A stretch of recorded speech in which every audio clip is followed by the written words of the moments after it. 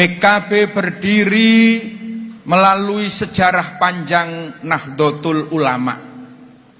NU sebagai yang ikut mendirikan NKRI, tentu Nahdlatul Ulama punya tanggung jawab untuk mengawal dan membawa Indonesia lebih maju.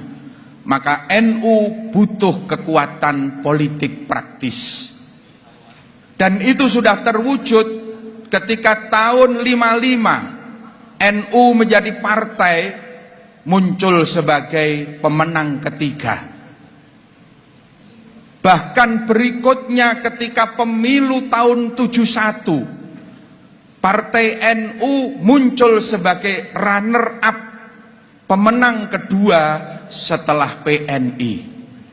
Ternyata kebesaran NU juga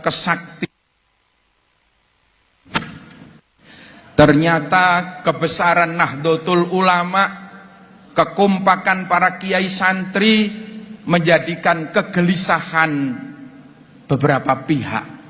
Ini bahaya kalau NU nanti menjadi besar.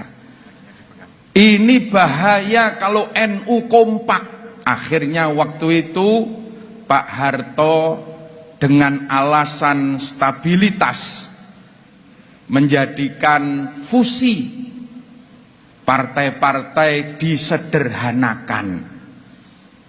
Pak Harto mempunyai kebijakan fusi, maka dipanggillah partai-partai Islam, NU, Parmusi, Perti, PSII, dikumpulkan menjadi satu dalam wadah P3. Demikian pula partai-partai nasionalis, PNI, Partai Kristen Indonesia, Partai Katolik, Murba, berkumpul menjelma menjadi PDI, yang hari ini PDI Perjuangan. Sementara Kosgoro, MKGR, dan juga para tokoh-tokoh TNI waktu itu pekerja berkumpul mendirikan Golkar. Tahun 73 resmi NU masuk dalam P3. Partai-partai Islam berkumpul menjadi satu, ternyata P3 tidaklah lebih besar dari NU, justru malah semakin kecil. Dan NU sebagai penyokong suara terbesar di P3, nasibnya tidak lebih sebagaimana daun salam yang hanya menjadi pemanis ketika hajatan dan dibuang ketika selesai hajatan. Selama Orde Baru, NU belum pernah memiliki ketua umum di P3. NU selalu dipinggirkan, tapi waktu itu saya pertama kali berpolitik juga ikut kampanye P3. Kiai-kiai tetap semangat ber-P3 karena tidak ada wadah yang lainnya. Darurat. Ketika tahun 98 Orde Baru tumbang, Soeharto lengser. Maka kiai-kiai berkumpul, santri-santri berkumpul.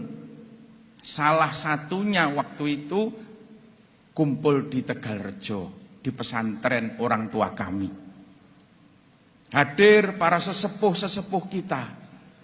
Allahu yarham Mbah Kiai Idris Marzuki, Mbah Kiai Fakih Langitan, Allahu yarham Mbah Kiai Maimun Zubair, Allahu yarham Mbah Kiai Zainuddin Jazuli, Allahu yarham Mbah Kiai. Banyak sekali kiai-kiai yang rawuh waktu itu, termasuk Gus Dur, Kiai Hasyim Muzadi, rawuh. Ditawarkan pada forum waktu itu, bagaimana ini Kiai setelah Orde Baru tumbang, masihkah kita akan ngekos di partai-partai rumah orang lain? Yang di P3, yang di Golkar, yang di PDI. Akhirnya waktu itu diputuskan bahwa NU, kiai santri harus punya rumah sendiri. NU dan kiai santri harus memiliki partai politik sendiri. Saya masih ingat waktu itu Gus Mus dawuh, aku khawatir nanti kalau NU punya partai dan kita menang, nanti siapa calon presidennya? Siapa menteri-menteri? Itu Gus Mus waktu itu ngendika seperti itu.